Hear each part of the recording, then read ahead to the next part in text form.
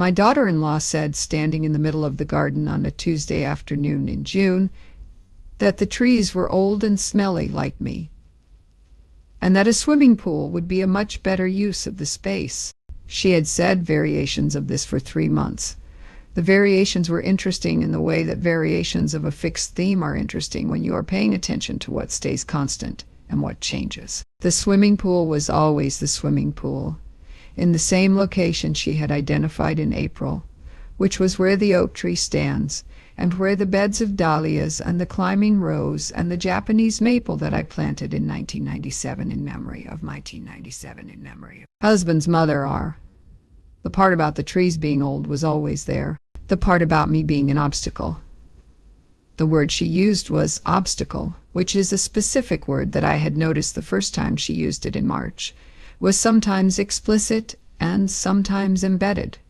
The Tuesday afternoon in June was explicit. She said, "You're just an obstacle here, Constance. You know that. This is Marcus's house, too, and Marcus wants the pool. And these trees," she gestured at the oak, at the Japanese maple, at the climbing rose that had been my husband Edgar's mother's favorite before it became mine. "These are old and smelly, just like you. They should come down." I was standing beside the irrigation control panel, which is a small weatherproof housing mounted on the garden wall, and I had my hand on the panel's surface because I had been in the process of checking the system's settings when Patricia arrived. My hand stayed on the panel. "I hear you," I said, in the tone I use when I am noting that a statement has been made and am choosing not to engage with its content. Patricia looked at me. She has the expression of someone who is accustomed to being accommodated and who finds the absence of accommodation unusual.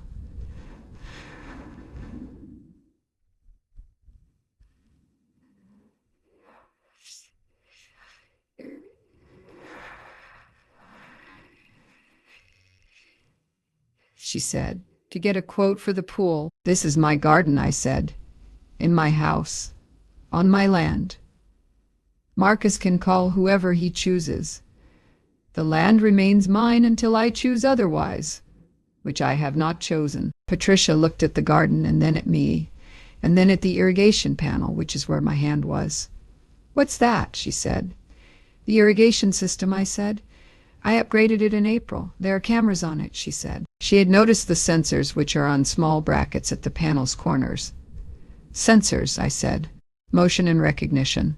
The system is quite sophisticated." She looked at the sensors for a moment. Then she went back inside. I waited until the kitchen door had closed behind her. Then I made 2 adjustments to the irrigation system settings. "My name is Constance Adele Whitmore Osei. I am 72 years old. My husband Edgar Osei died in 2019, and before he died we spent 40 years building the garden together, and the garden is the record of the 40 years, and the record is mine." The irrigation system I had installed in April was, as I had told Patricia, quite sophisticated. The sophistication was deliberate. The garden at the house in Pasadena is not a casual accumulation. I want to say this precisely before I explain anything else, because the difference between a garden that has been tended for 40 years and a garden that simply exists is the difference between a biography and a blank page, and the garden at 1147 Oleander Lane is a biography. Edgar and I moved into the house in 1983, 3 years after our marriage, when Marcus was 2 and the house was newer than it is now, and the garden was a slope of ice plant and a jacaranda that needed pruning and a strip of concrete along the back. Edgar was a landscape architect, which is the relevant professional background for understanding what happened to the garden over the following 4 decades, and he brought to the space both the technical knowledge of the profession and the specific philosophical orientation of someone who had spent his career thinking about what it means to make a place for living things. We began with the soil. Edgar said that the garden began with the soil, that the question of what you could grow was primarily the question of what the soil could support, and that improving the soil was the work that came before every other work. We spent the first 2 years amending the soil, compost, gypsum for the clay compaction. pH adjustment for the plants we wanted. Edgar tested the soil himself with the same instruments he used on professional projects, and he kept records of the testing in a notebook that I still have. The oak came third in 1988, when Marcus was 7 and old enough to help with the planting in a genuine rather than ceremonial way. Edgar had sourced it from a nursery that specialized in California natives, and the planting had been a Saturday project. Edgar digging the hole with Marcus's limited assistance, me carrying water, the three of us looking at the tree once it was in it, and agreeing that it looked small for the space it would eventually fill. It fills the space now. The trunk is 18 inches in diameter, and the canopy covers approximately 30 feet of the garden's northeast corner. The Japanese maple was planted in 1997, the year after Edgar's mother died. Fumiko Ose had been a small and specific person who expressed her aesthetic opinions quietly and persistently, and one of her persistent opinions was that the garden needed a Japanese maple, which she had had in her own garden in San Jose, and which she had had in her own garden in San Jose, and which she believed was the plant that most precisely expressed the quality she valued most in gardens, which was the quality of seasonal honesty. The willingness to be bare in winter, extravagant in spring, and brilliant in fall, without pretending to be beau, anything other than what the season allowed. The climbing rose on the south wall was there before us. It was in the garden when we arrived, already established, growing in the specific patient way of old roses that have found their position, and are not in any hurry. We have pruned it every winter and fed it every spring, and it has repaid this attention with the specific generosity of plants that are in the right place, abundant, healthy, and beautiful in a way that announces itself without effort. The dahlias are a more recent addition. I began with dahlias in 2008, the year I retired from my position as a horticultural consultant.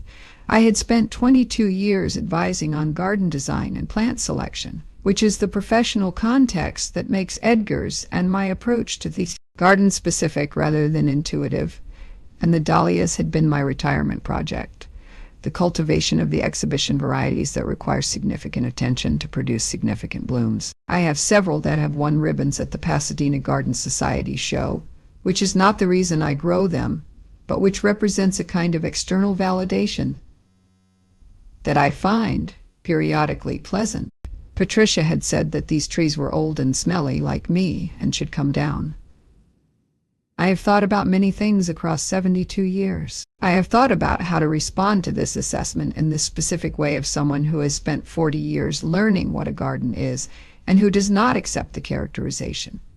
The irrigation system was the response. The irrigation system I upgraded in April had been my previous system's replacement. The previous system was a conventional timer-based drip irrigation arrangement that I had installed in 2008 and that had served reasonably well for 14 years before its controller began to fail in the specific way of electronic controllers that have been exposed to weather for a long time, intermittently, unpredictably, in ways that suggested replacement was more sensible than repair.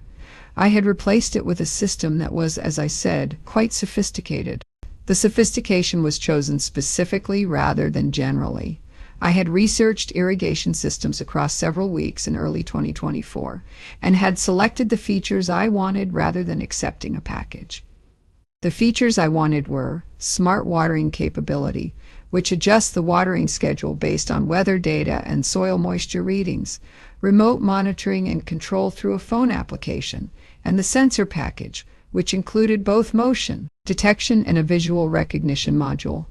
The visual recognition module is the feature that requires explanation. The module is mounted at the main control panel and at 2 secondary positions in the garden. It uses a small camera and software to identify objects in its field of view and to classify them.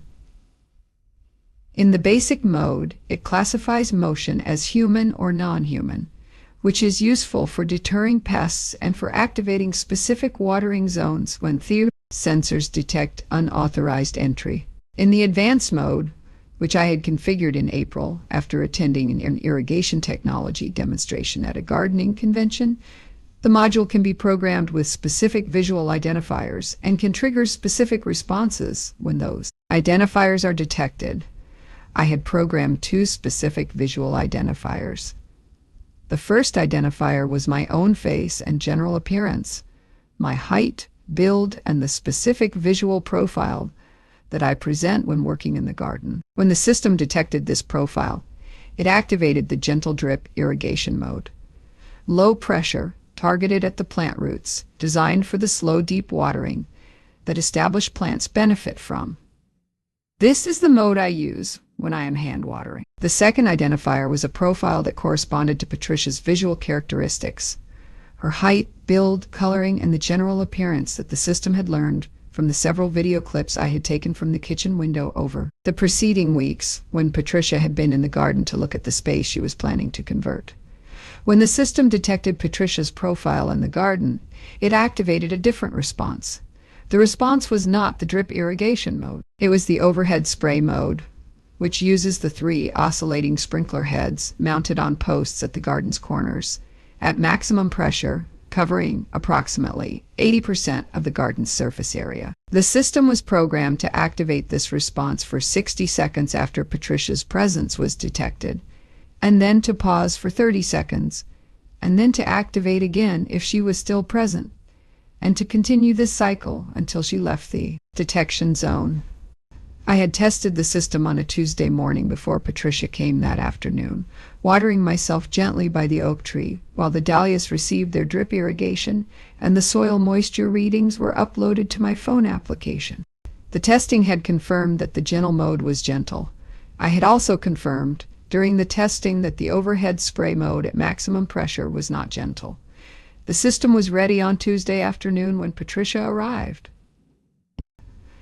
I want to tell you about Marcus and Patricia before I tell you about what happened after the Tuesday afternoon, because Marcus is my son and the honest account includes him. Marcus Oze is 43 years old. He is the son of a landscape architect and a horticultural consultant, which did not produce in him the interest in plants and gardens that one might expect from such parentage. What it produced was the interest in design, the broader sense of design as the arrangement of elements in space to achieve a desired effect, which Marcus has applied professionally in a career in interior architecture that has been, by the metrics of his profession, successful.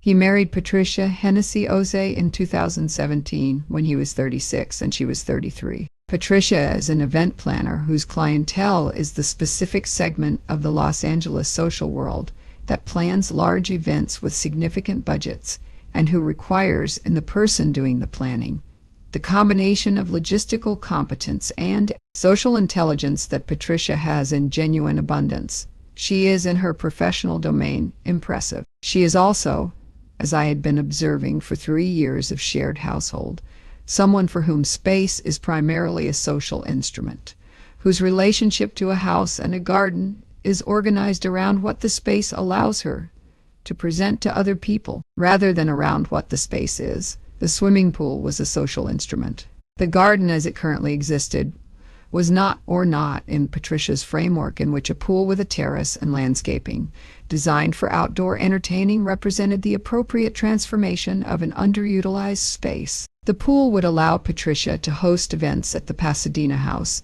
in a way that the current garden did not, which is to say, at a scale and in a register that communicated specific things about the household's social standing. This is not an unworthy motivation. People have legitimate reasons for wanting their homes to be places where they can entertain, and a pool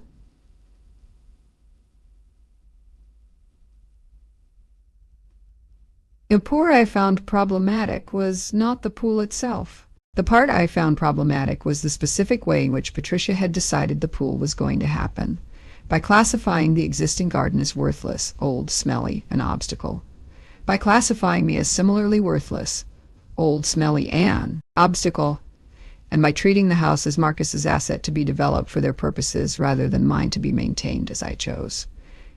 The house is mine. I have said this directly. The legal situation is unambiguous. The house is in my name. It has been in my name since Edgar and I purchased it in 1983, and Edgar left it to me in his estate. Marcus lives in the house because I invited him to live there in 2021 when his previous apartment lease expired and the Pasadena location was convenient for his work.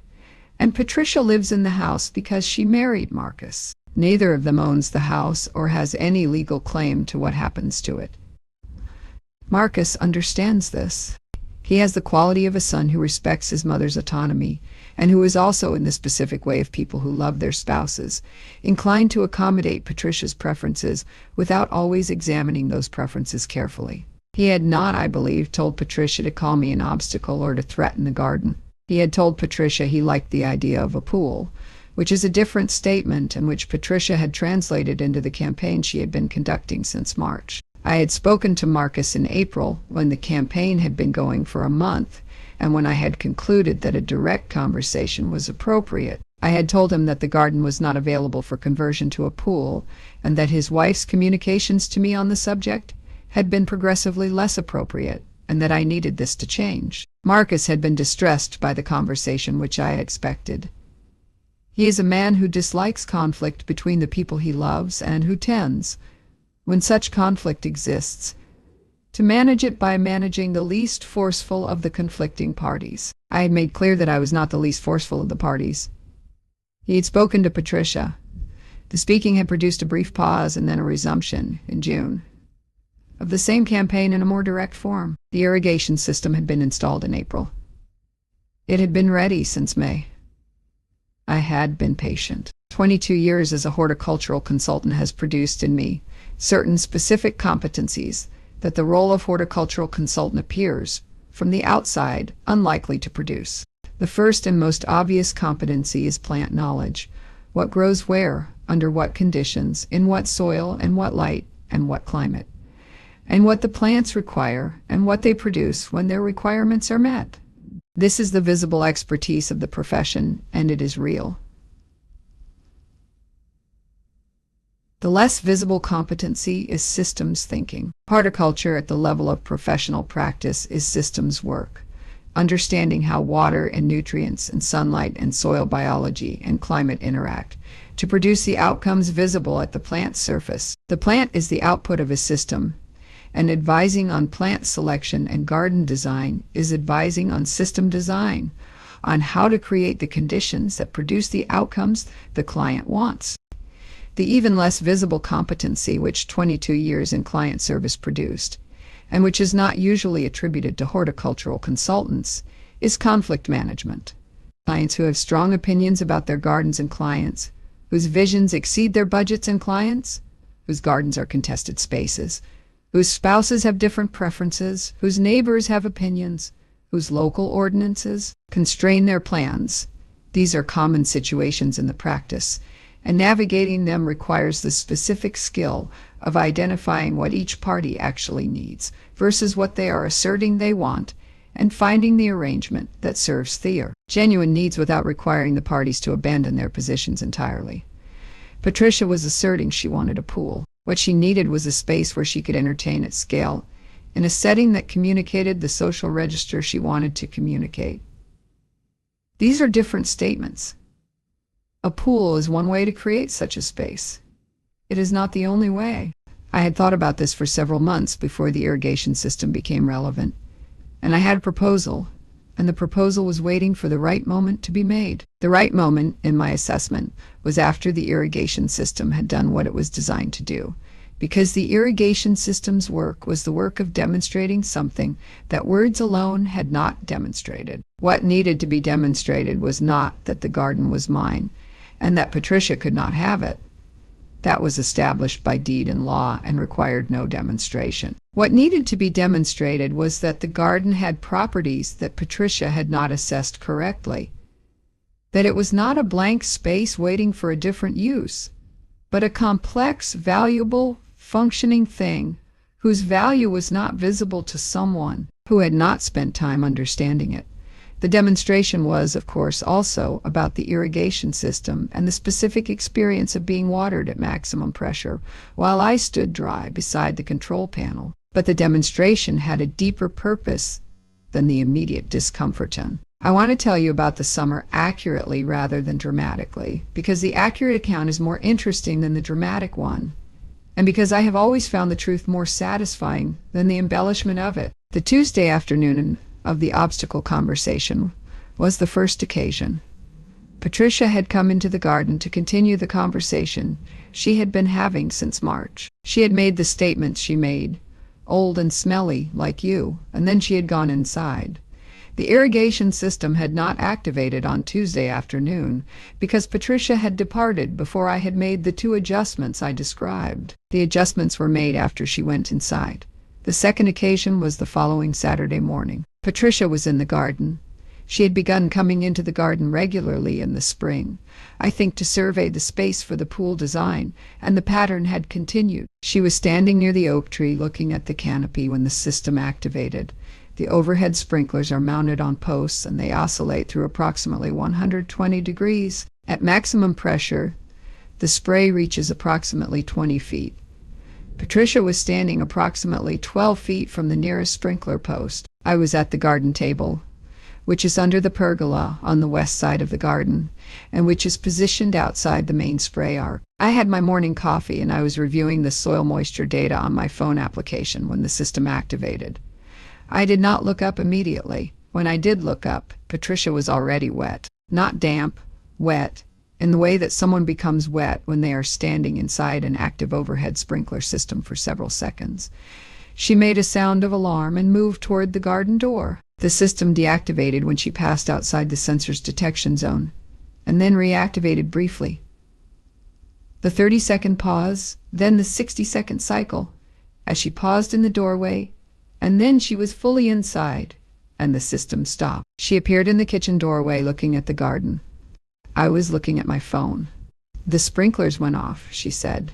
"Yes," I said. "The system activates on the watering schedule. I may have the timing wrong." "I'm soaking," she said. "I'm sorry," I said. "I'll check the schedule." I returned my attention to the phone application. The soil moisture readings were satisfactory. The third occasion was the following Tuesday. Patricia had come into the garden again. I believe she was attempting to assess whether the Saturday event had been coincidental, and the system activated again. This time she moved quickly enough that she was only partially wet before she reached the door. She stood in the kitchen doorway looking at the garden for a long time after the second activation. I was at the garden table, dry, with my afternoon tea. "The sprinklers go off when I'm in the garden," she said. "They didn't go off when you were there this morning. Smart irrigation systems are designed to avoid watering when they detect someone in the garden," I said, "to prevent the inconvenience you've just experienced. Mine may need calibration. I'll contact the installer." I said this with the complete sincerity of someone who had no intention of contacting the installer. The fourth occasion was the following week. Patricia attempted to return to the garden and the system activated as she passed the first sensor. She retreated immediately. After the fourth occasion, she stopped going into the garden alone. There were 2 more occasions across July, both when Patricia came into the garden in company, once with Marcus and once with a friend she had visiting from Los Angeles. And on both occasions the system activated as Patricia entered the detection zone, dampening her and leaving Marcus and the friend dry, because the system was calibrated specifically and did not target them. The occasions with company were, in retrospect, the most significant, because they produced in Marcus the specific quality of direct witness that a private event cannot produce. On the first of these occasions, Marcus had looked at his wet wife and at his dry mother and at the garden, and he had said, "How is only Patricia getting wet?" "Smart irrigation is a complex system," I said. "I'll contact the installer." He had looked at me for a long time. Then he had looked at the sensor on the irrigation panel. Then he had looked back at me. I met his gaze with the equanimity of a woman who has tended a garden for 40 years and who knows exactly how her irrigation system works. Marcus knew the system was not malfunctioning by the fourth occasion, which was the solo Tuesday visit. I know this because he came to me that evening after Patricia had gone out for a work dinner, and he sat at the kitchen table and he said, "Mom." "The irrigation system." "Yes," I said. "Is it calibrated?" he said carefully, to recognize Patricia. I considered the question. The question deserved an honest answer, and I gave it one. The system has a recognition module, I said. I have configured it. He looked at the table. He is his father's son in certain specific respects, and one of them is the quality of sitting with information before responding, the willingness to hold what he has just learned and to think about it properly before deciding what to say. He said, "She said the garden is haunted." "Yes," I said. "I am aware of this. She said it to her friend on Thursday, and I could hear them from the kitchen. She's actually frightened," he said. "She hasn't gone back into the garden." "Yes," I said. "Mom," he said. He stopped. He looked at the table again. She's been unkind to you. I know that. I should have addressed it more directly than I did." "Yes," I said. "You should have." "The obstacle thing," he said. What she said about you being old. I'm sorry. That was not acceptable." "No," I said. "It was not. I don't want." He stopped. "I love her. She is not a bad person. She has very specific ideas about what she wants, and she pursues them more aggressively than she should when she encounters resistance."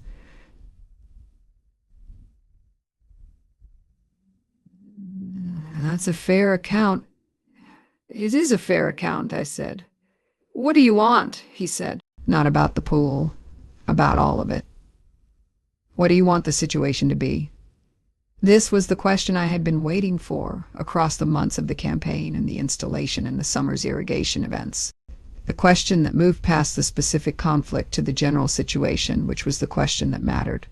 I told him what I wanted. What I wanted was specific, and I had been thinking about it since March when the campaign began. I wanted the garden to remain as it was. The oak tree, the Japanese maple, the climbing rose, the dahlias, the 40 years of soil preparation and planting, and tending that Edgar and I had done together. These were not negotiable. This was the foundational position, and it had not changed. I also wanted Patricia to understand what the garden was, not to love it.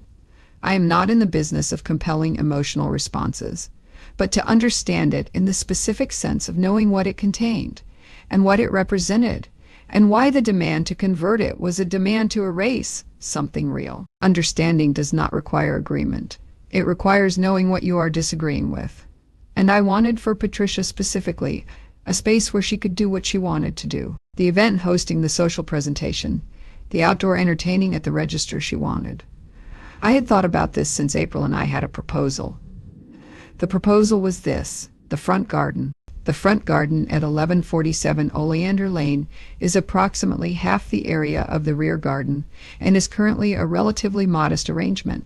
Lawn, foundation plantings, the 2 Washingtonian palms that came with the house and that have grown to their house and that have grown to their full height and are genuinely impressive in the way of mature Washingtonians. The front garden fronts Oleander Lane and has the specific advantage for outdoor entertaining of visibility from the street, which is a quality that a back garden pool does not have in the same way. My proposal was to convert the front garden's lawn into a designed outdoor entertaining space, hardscape, appropriate plantings for structure and privacy, a water feature of some kind if Patricia wanted one, and the pergola and lighting that the Patricia wanted.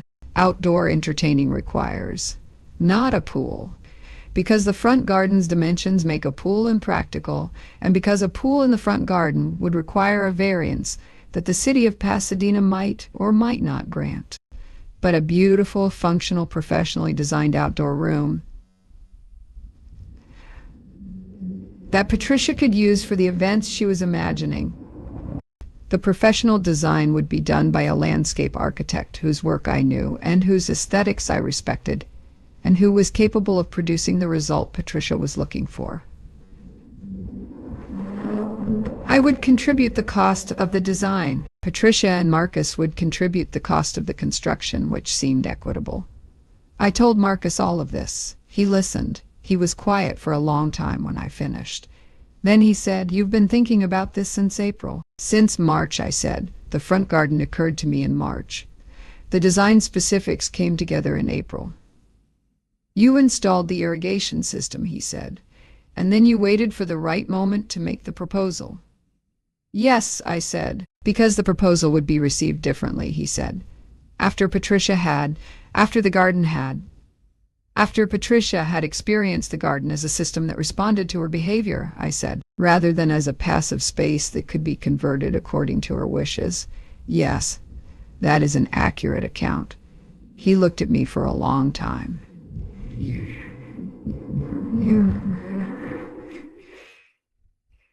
You're very patient, he said.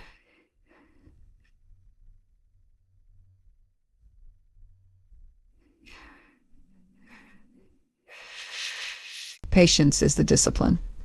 Marcus arranged the conversation, which was the right thing for him to do. He told Patricia that there was something to discuss about the garden, which produced in Patricia the specific alertness of someone who has been in a conflict and who senses a development in the conflict. And the three of us sat in the living room on a Sunday afternoon in August. Patricia arrived at the conversation in the specific posture of someone who has been frightened and who has not processed the being frightened adequately, and who is therefore in the defensive posture of someone who is frightened, but who does not want to be seen as frightened. I recognize this. It is one of the postures that conflict produces in people who have been accustomed to prevailing. I let Marcus open the conversation because it was his household structurally, and because the opening from Marcus would be received differently than an opening from me. He described the proposal, the front garden, the outdoor entertaining space, the professional design, the cost sharing. He described it accurately and with the specific warmth of a man who genuinely loves his wife and who is trying to offer her something that addresses her genuine needs. Patricia listened.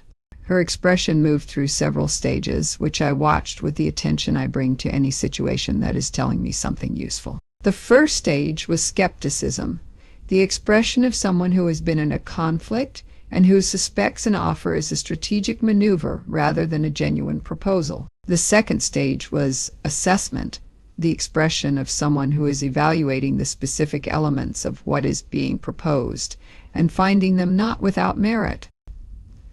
The third stage was something more complicated and more real, which I had been waiting for and which arrived when Marcus described the pergola and the lighting and the professional design by an architect whose work Patricia evidently knew.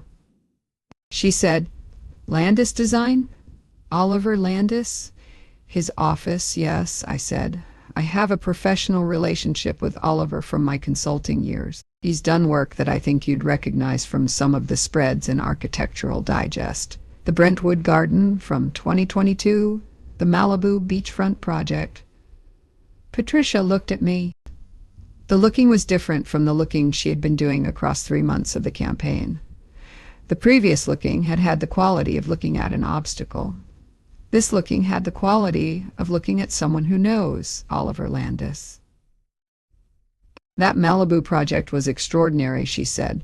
"It was," I said. There was a silence that was different in quality from the silences of the previous months. The previous silences had been the silences of a conflict in which neither party was moving.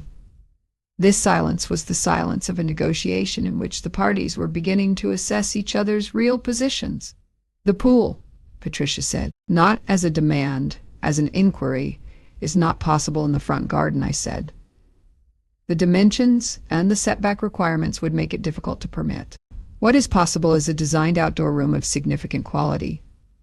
Hardscape, water feature, lighting, plant material for privacy and structure.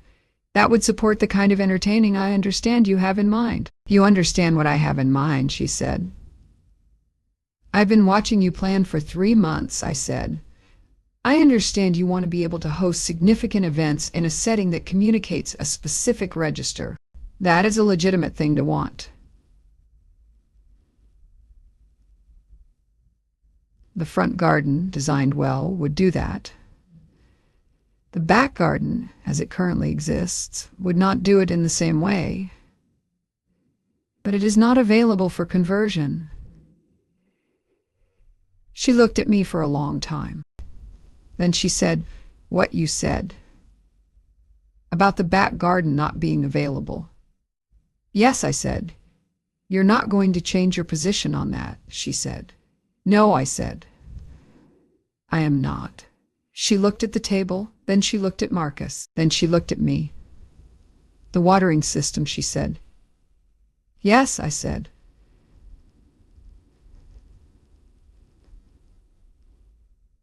That wasn't a malfunction, was it? No. No, I said. It was not. She absorbed this. I was demonstrating that the garden is a system with specific properties, I said, and that I understand those properties and you do not. And that this differential understanding is relevant to the question of what happens to the garden? An educated demonstration, she said. There was something in the phrasing, a dryness, the recognition of someone who has encountered something that is both effective and somewhat impressive, that told me we were past the phase of the conflict and into something else. Yes, I said. I am 72 years old and I have been tending a garden and a systems career for 40 years. I used the tools available. Another silence. Then Patricia said, I'd like to see what Oliver Landis proposes. Oliver Landis came in September. He is a man in his 50s with the specific combination of aesthetic intelligence and practical competence that good landscape architects have. And he spent 3 hours at the house. An hour in the back garden, where he walked every path and examined every plant and spent a long time under the oak canopy. An hour in the front garden, measuring and noting and photographing, and an hour at the kitchen table with Patricia and Marcus and me, going through what he had seen and what he was thinking. The back garden hour was not part of the brief. He had been hired to assess the front garden, he asked me. After the first 30 minutes in the back, if he could continue, and I said yes. He spent the remaining time the way a person spends time in a place that has earned time. Carefully, with the specific attention of someone who recognizes that what they are looking at is the result of sustained, competent, intentional work. He said when we came inside, Mrs. Whitmore Ozzie, I have to tell you something about that garden. Tell me, I said. The soil, he said. 40 years of amendment and care. The plant selection. The California natives combined with the exotic specimens chosen with specific knowledge of how they work together. The oak. Do you know the oak is over 100 years old? It was there before the house? Edgar thought so, I said.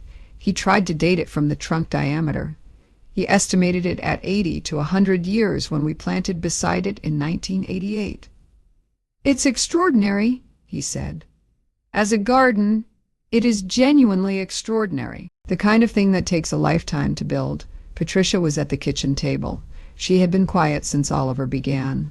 Oliver turned to her and said, I understand there was a proposal to convert the rear garden for a pool installation. There was, Patricia said. I want to say directly, Oliver said with the specific authority of a professional who has something to say and who says it. That would be an act of significant cultural and horticultural loss. What is in that garden cannot be replaced. The oak is irreplaceable. You cannot plant another one and get what's there in any human lifetime. The soil profile took 40 years to build. The plant community that has established, the way the species have adapted to each other and to the specific microclimate of that space.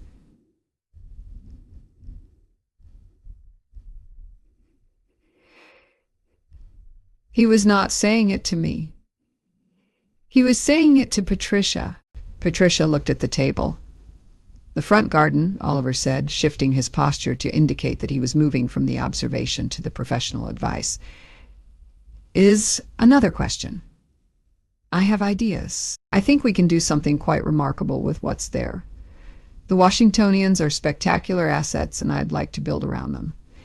He showed us preliminary sketches he had made during the front garden hour. The sketches were what good preliminary sketches are. Not finished designs, but the indication of a direction, the demonstration that someone with specific knowledge has been thinking about the space and has arrived at ideas that are genuinely interesting, Patricia looked at the sketches for a long time. Then she looked at me. Then she looked at the sketches again. "The terrace," she said. She was pointing to the sketch element I thought she would point to, the large flagstone terrace that Oliver had positioned to catch the afternoon light, and that connected the pergola to the garden's path structure. "That could accommodate 40 people comfortably. 60, if we extend it slightly," Oliver said. "And with the pergola and the lighting, I'm envisioning the evening presentation would be very good." "Very good," Patricia repeated. She was not repeating it as a dismissal. She was repeating it in the way that people repeat something they are deciding to accept. The front garden design was completed by November, and the construction began in January. Oliver Landis's firm managed the project, and the result, which was finished in April, a full year after I had installed the irrigation system, was the thing Oliver had indicated with the preliminary sketches.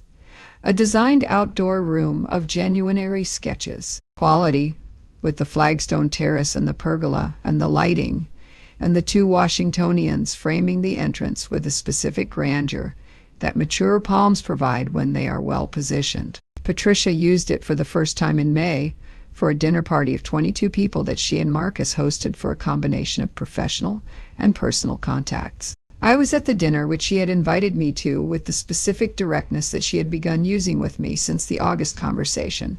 Not the managed warmth of someone performing an appropriate relationship, but the more abrupt and more honest directness of someone who has revised her assessment and is operating on the revision. The dinner was successful. The space worked the way Oliver had said it would work. People complimented the garden, which Patricia received with the pleasure of someone who has made something and who knows the compliment is genuine. I had gone inside by 10 o'clock. Because I am 72, and my back was beginning to object to the hours of sitting in outdoor chairs. From the kitchen window I could see the terrace and the pergola and the lighting, and I could see Patricia in conversation with several guests and Marcus moving through the crowd with the ease of someone in a space he is comfortable in.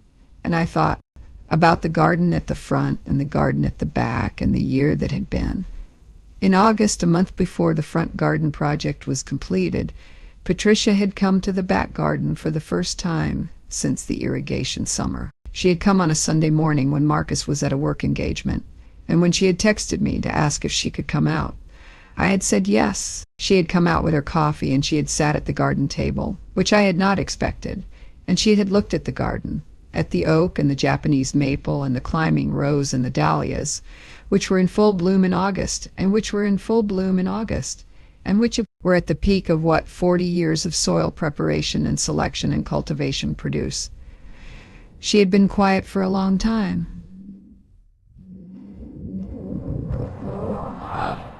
She had been quiet for a long time.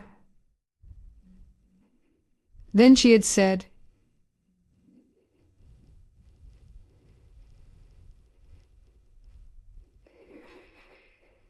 "I didn't understand what it was," she said.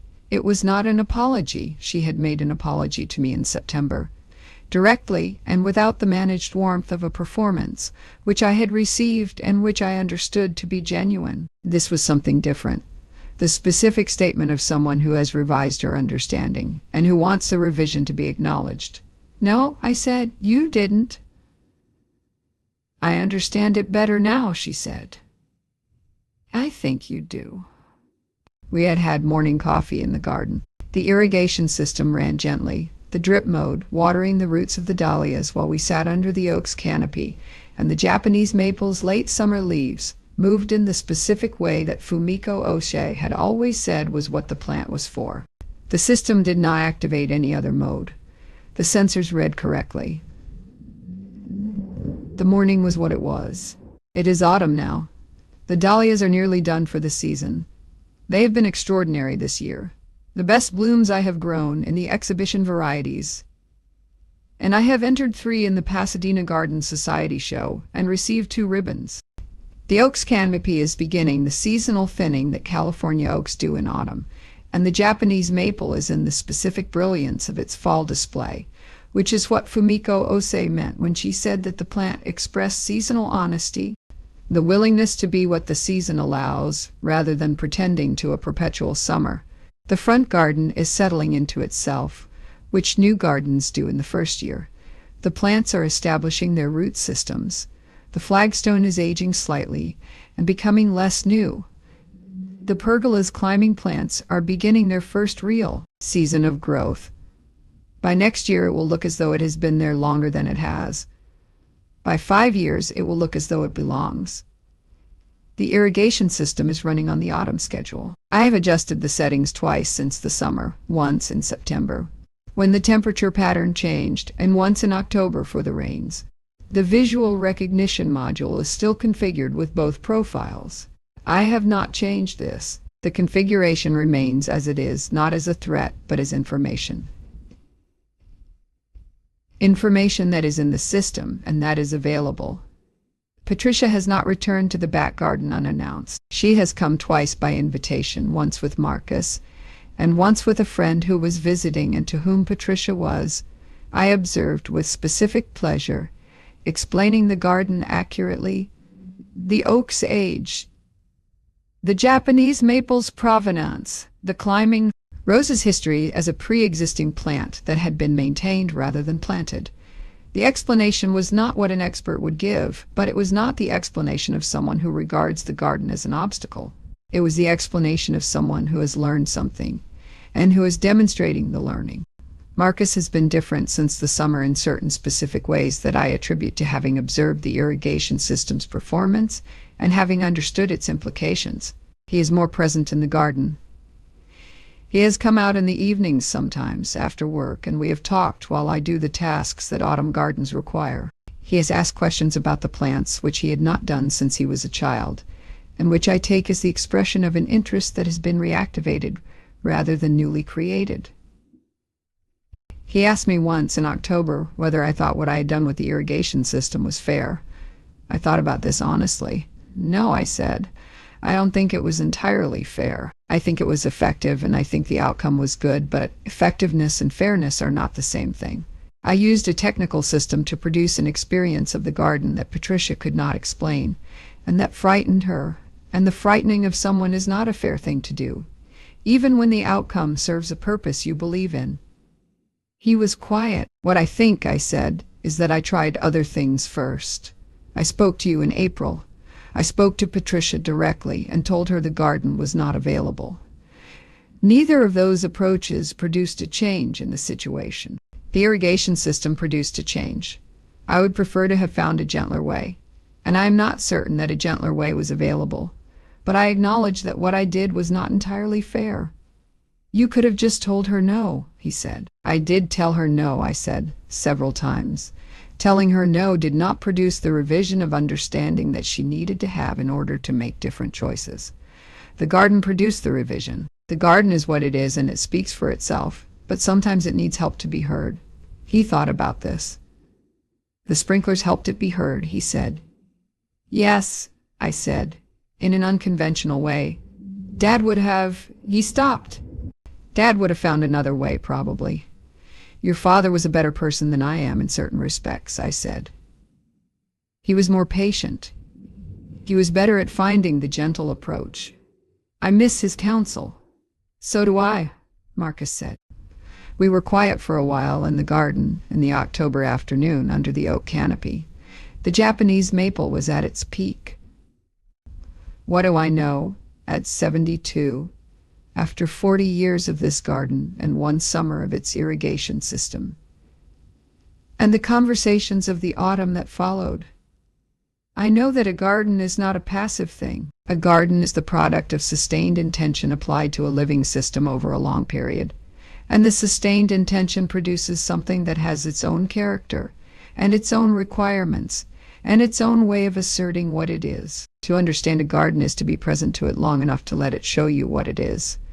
Patricia had not been present long enough. The irrigation system's summer had been, in its specific way, a form of the garden asserting itself in the language Patricia could hear. I know that the tools available to us are the tools we understand, and that the irrigation system was a tool I understood completely.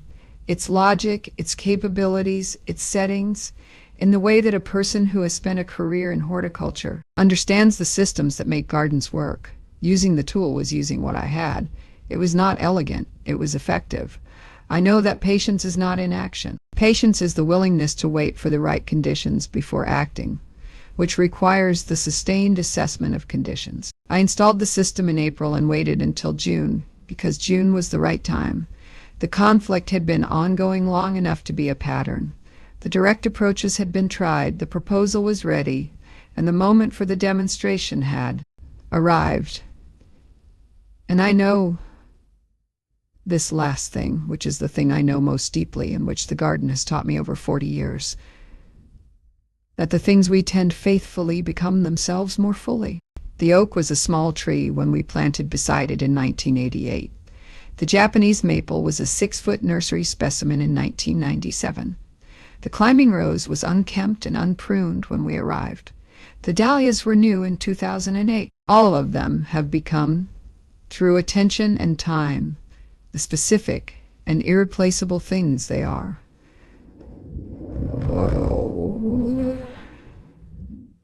The garden is 41 years old this year. It is not smelly. It is alive. So am I.